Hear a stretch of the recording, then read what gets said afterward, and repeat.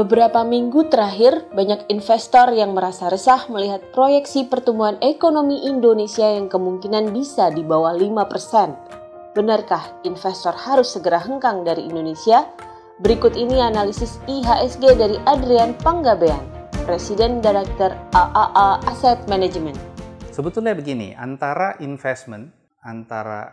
return on investment dengan ekonomi itu seringkali ada kelepas kaitan. Sering kali kita lihat di dalam sejarah ya, pertumbuhan ekonomi yang rendah, pada saat perekonomian Indonesia itu rendah, itu biasanya return on investment itu tinggi sekali.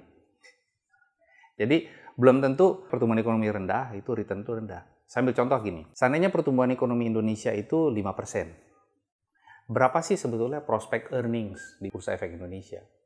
Earnings potential itu kan sebetulnya penjumlahan dari beberapa faktor ya. Satu, real economic growth, katakan 5%. Lalu kemudian real itu kemudian dirubah menjadi nominal, artinya kita harus masukkan faktor inflasi. Let's say inflasi kita 5%. Lalu kemudian ditambah lagi dengan prospek dividen growth-nya. Katakan di Indonesia itu baik pertumbuhan ekonomi lagi rendah maupun tinggi, dividen growth-nya antara 1-3%.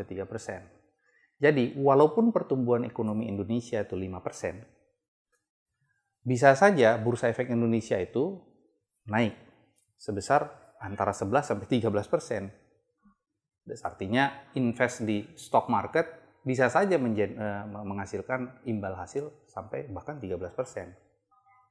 Kalau misalnya likuiditasnya cukup gitu ya. Seperti itu. Nah, itu kan kelihatan ya ada lepas kait antara pertumbuhan ekonomi dengan return ya.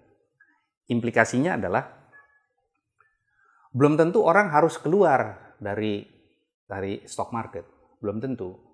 Karena kalau kita masuk ke stock market itu kan by definition sebetulnya kita invest long term ya.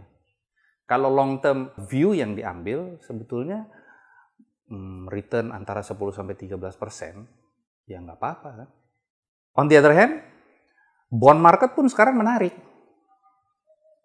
Karena kalau kita lihat bond market di Indonesia itu value-nya baik ya. Duration-nya tuh cukup panjang. Average time to maturity-nya tuh 11-12 tahun. Artinya dengan kupon antara 7-11%, dengan average time to maturity itu 11-12 tahun, dengan durasi 6-7, wah, bonds di Indonesia sangat menarik sih. Sangat menarik. Apalagi kalau misalnya inflasi itu diprediksi itu turun ya, atau stabil ya. Artinya kan kita dapat kupon yang sebesar 7-11% range-nya. Menarik. Tentunya ada yang sektor lebih tinggi, ada yang lebih rendah. Kita kan ngelihat dari underlying dynamics-nya ya. Misalnya contohnya sektor saham komoditi misalnya. Kan kita tahu misalnya harga minyak tuh turun. Prospek dia akan naik sampai ke $100 itu mungkin agak kecil ya. Jadi yang terkait dengan servicing oil gitu ya, oil sector ya mungkin kurang.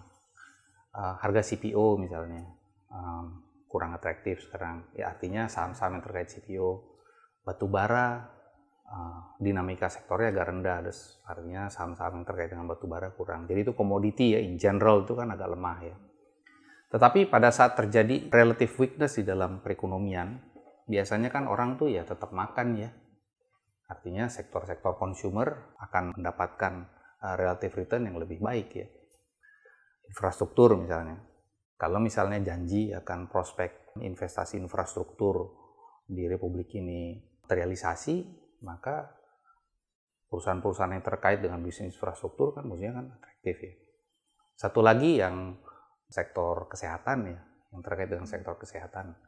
Itu kan juga sektor yang pasti nggak akan turun ya, karena hanya ngelihat dari faktor demografi saja. Kalaupun terjadi turbulensi itu kan karena sifatnya taktikal gitu ya.